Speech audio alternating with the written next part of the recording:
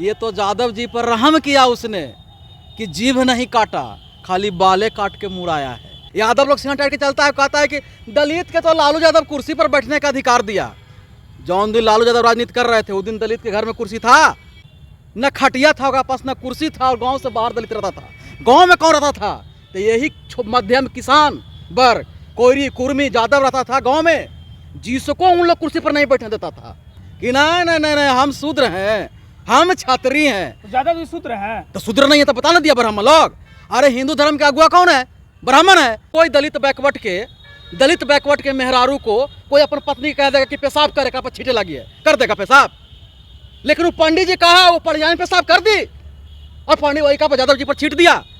ये समझ लीजिए कि कितना घटिया सोच के इन लोग है। प्रदेश के इटावा में एक यादव समाज के व्यक्ति थे, वो कथावाचक करने गए थे, उसकी सर मुंडवाकर उनके सर पर पेशाब दे दिया गया। क्या कुछ कहिएगा?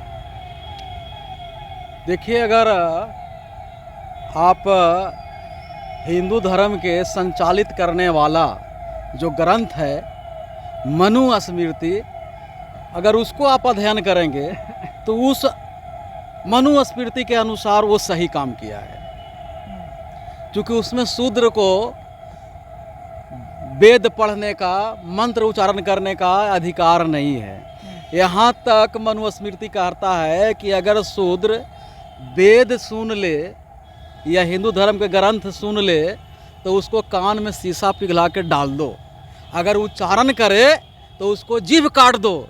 ये तो यादव जी पर रहम किया उसने कि जीभ नहीं काटा, खाली बाले काट के मुड़ाया है, घुमाया है। ये हिंदू धर्म के जो संचालित करने वाला जो ग्रंथ है, उसके नियमावली, उसका जो ला है, उसके अनुसार ये सही किया है। क्या मतलब आप कहते थे कि जीभ भी काट ले? हाँ, काट लेना चाहिए था। इसलिए काट लेना चाहिए था कि ये यादव जी कब से हो गए? जब से भारतीय संविधान बाबा साहेब ने समानता और समता, समता बंधुत्व के आधार पर इस देश को दिया, तब ये यादव जी हो गए। और नहीं तो यादव जी के नाम से तो गाली दिया जाता था, यहाँ गोवार कहा जाता था।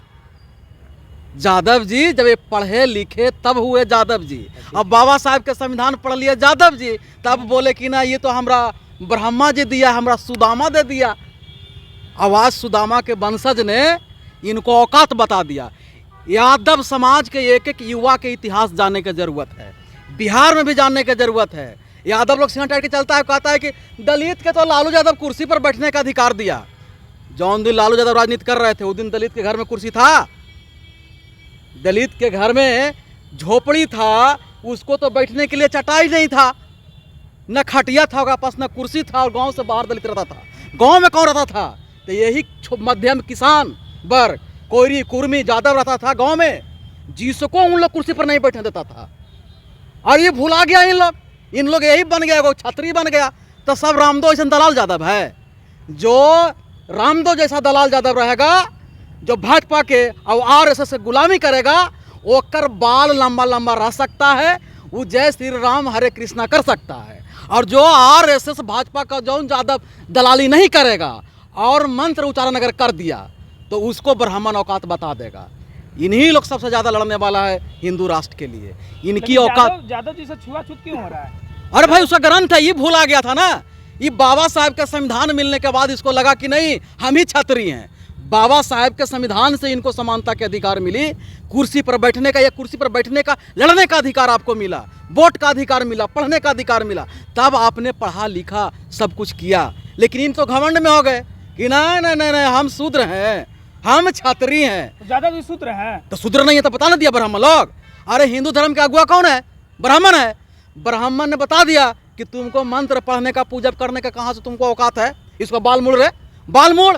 और खाली पांडा जी नहीं, उसकी मेहरारू भी इसको औकात बता दीजिए। अच्छा, कोई दलित बैकवर्ड के मेहरारू को कोई अपन पत्नी कह देगा कि पेशाब करेगा, पर छींटे लगी है, कर देगा पेशाब। लेकिन वो पंडित जी कहा, वो परिजान पेशाब कर दी और पंडित वही का यादव जी पर छींट दिया। ये समझ लीजिए कि कितना घटिया सोच के इन लोग है।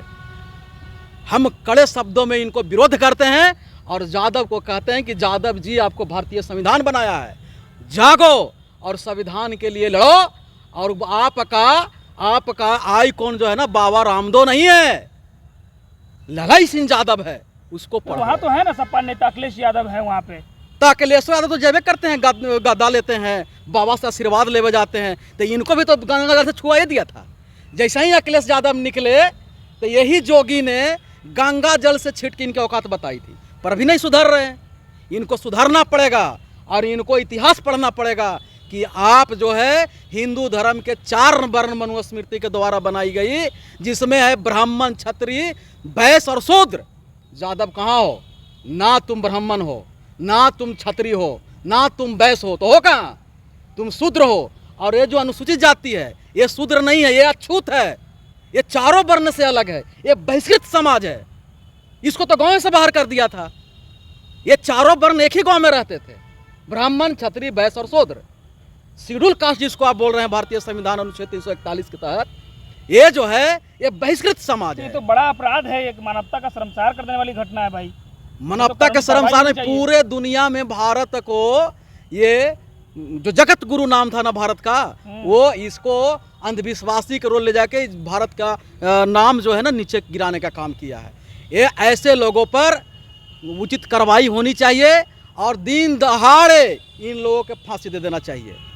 धर्म के नाम पर जिस तरह से संविधान किसी को अधिकार नहीं देता, अगर आपका धर्म है तो धर्म में भी ये देखा जाएगा कि आपके धर्म के नियम से किसी के भावना को ठेस पहुंचता है नहीं पहुंचता है। इन्हीं लोग भाजपा के रखे हुए हैं।